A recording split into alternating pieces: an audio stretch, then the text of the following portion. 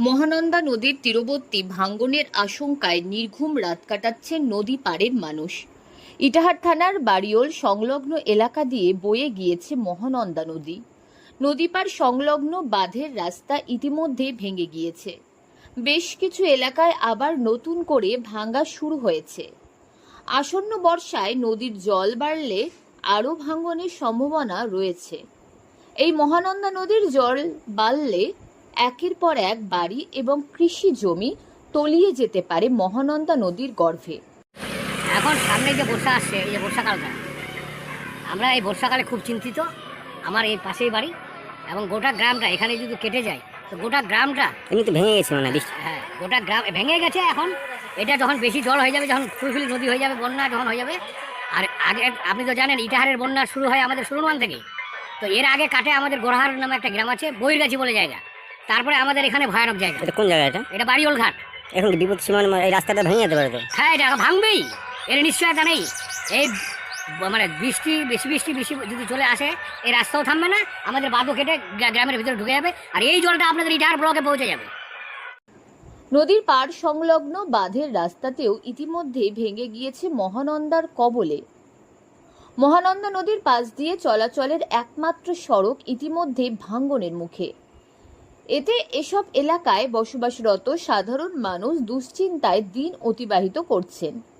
স্থানীয়রা জানান, গত 3 বছর আগে বর্ষাকালে হঠাৎই নদীর গতিপথ পরিবর্তন হয়ে আবাদি জমির উপর দিয়ে স্রোত প্রভাবিত হয়।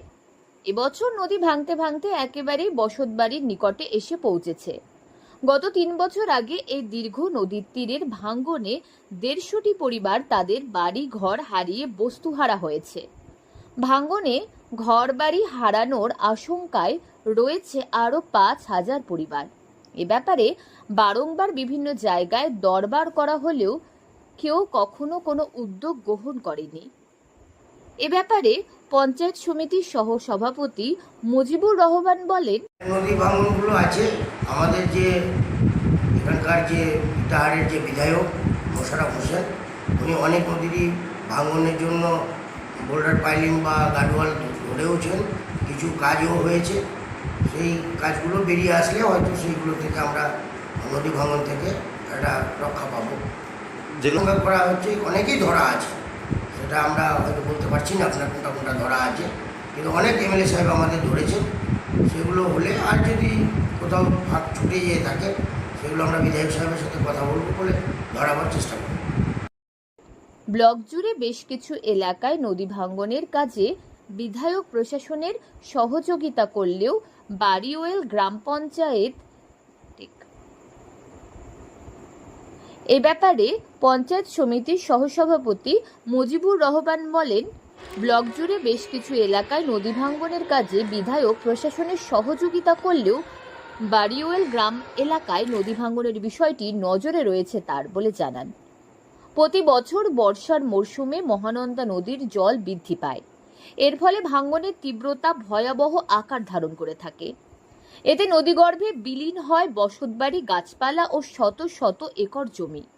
অসহায় অবস্থায় অনেকেরই আশ্রয় হয় খোলা স্থানে। বছরের অন্য সময় নদীপাড়ের মানুষ শান্তিতে থাকলেও বর্ষার মরশুমে ভয়ে আতঙ্কে দিন কাটাতে হয় তাদের। এবারেও বর্ষাতে ঘুম কেড়েছে মহানন্দা নদীর তীরবর্তী এলাকার সাধারণ মানুষের। এবারের ভাঙন কতটা প্রবল আকার ধারণ করে এই নিয়ে দুশ্চিন্তায় ইটাহারের সাধারণ মানুষ। উত্তর দিনাজপুর থেকে পিয়া গুপ্তার রিপোর্ট, লোকাল 18 বাংলা।